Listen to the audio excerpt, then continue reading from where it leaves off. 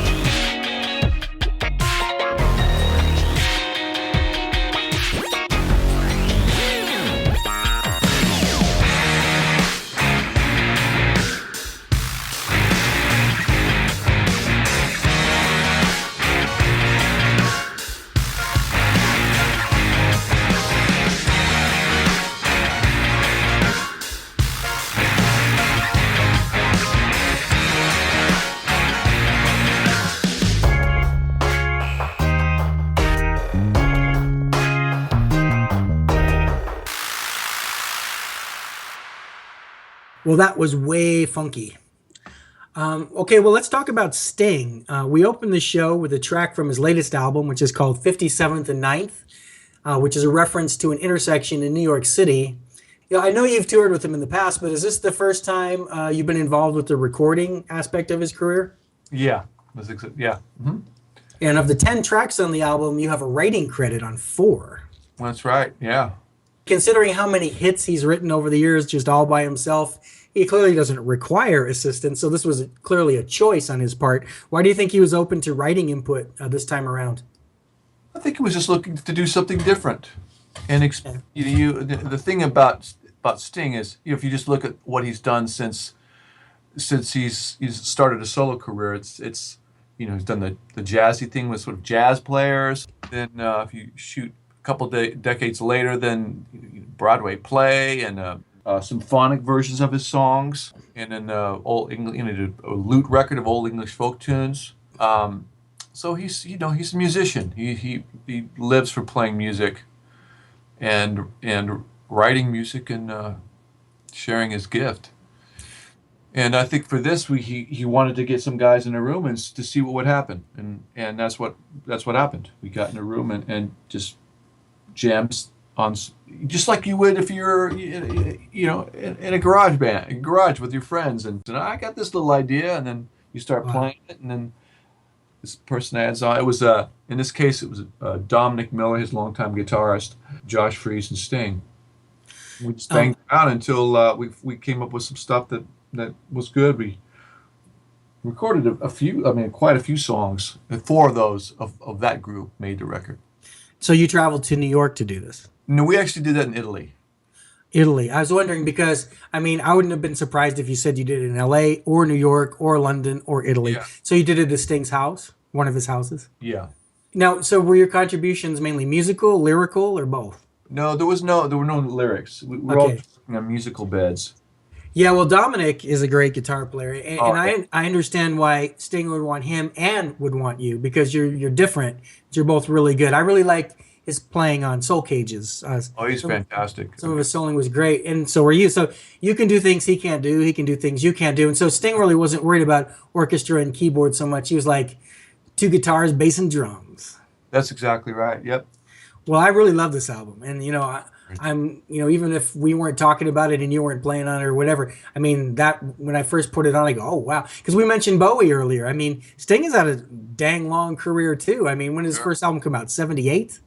You know, it's 2017, like 38 years later.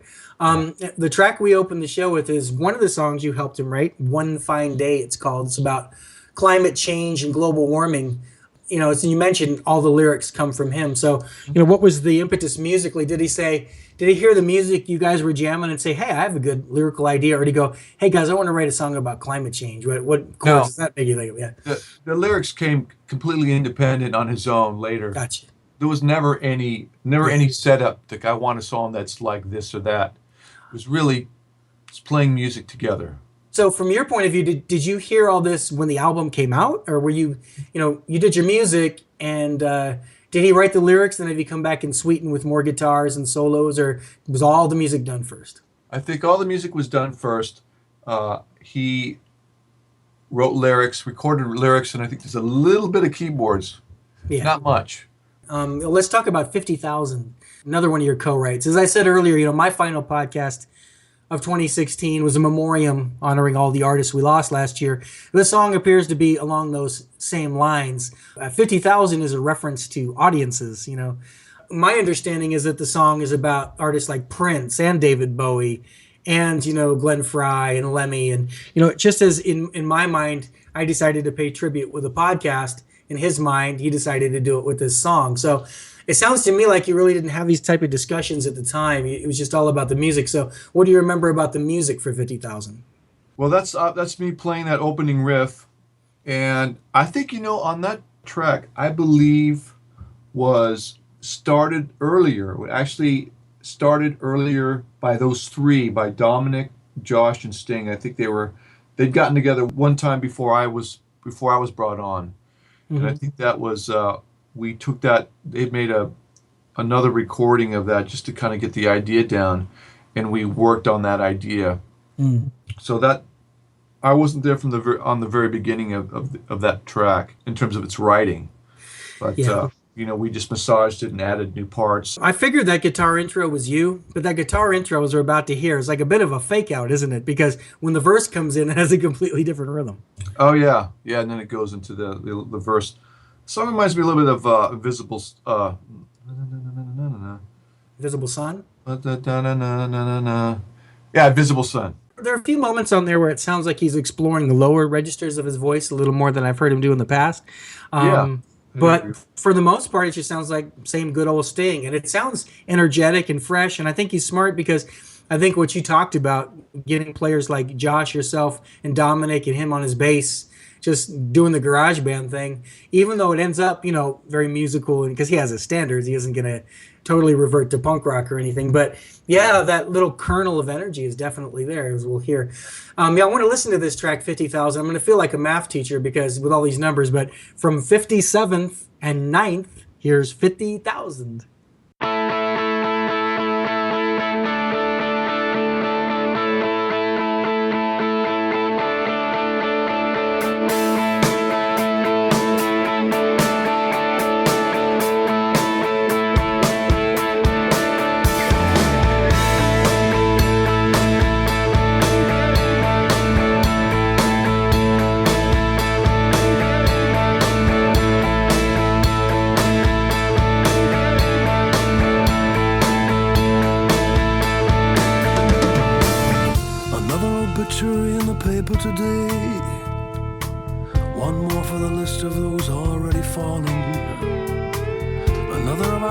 Suarez is taken down, like so many others of our calling. We tweet our anecdotes, our commentary, or we sing his songs in some sad tribute. While the tabloids are holding a story of kiss and tell, he's no longer able to deny or refute. 50,000 voices rising every time he sings, and every word he ever wrote reflected back to him. How well I remember the stadiums we played, and the lights sweeping across a sea of 50,000 souls we'd face. A serious drug you could never kick, or one that you couldn't imagine you'd ever replace. We flew like kites on the wings of amphetamine, secured only to a bass line and a snare drum beat. But really, what did any of it mean when there's a higher philosophy in reflection and defeat? 50,000 voices rising every time he sings, and every word he ever wrote reflected back to him. Still believing that old lie, the one that your own face betrays. Rock stars don't ever die, they only fade away.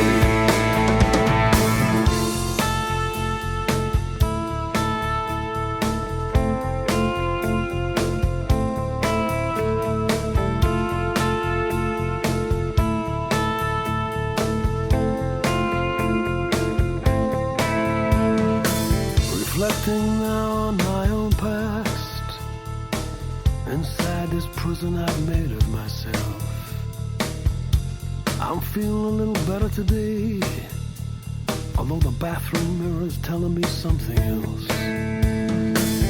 These lines of stress, one bloodshot eye, the unhealthy pallor of a troubled ghost. Where did I put my spectacle case? I'm half blind and as deaf as any post.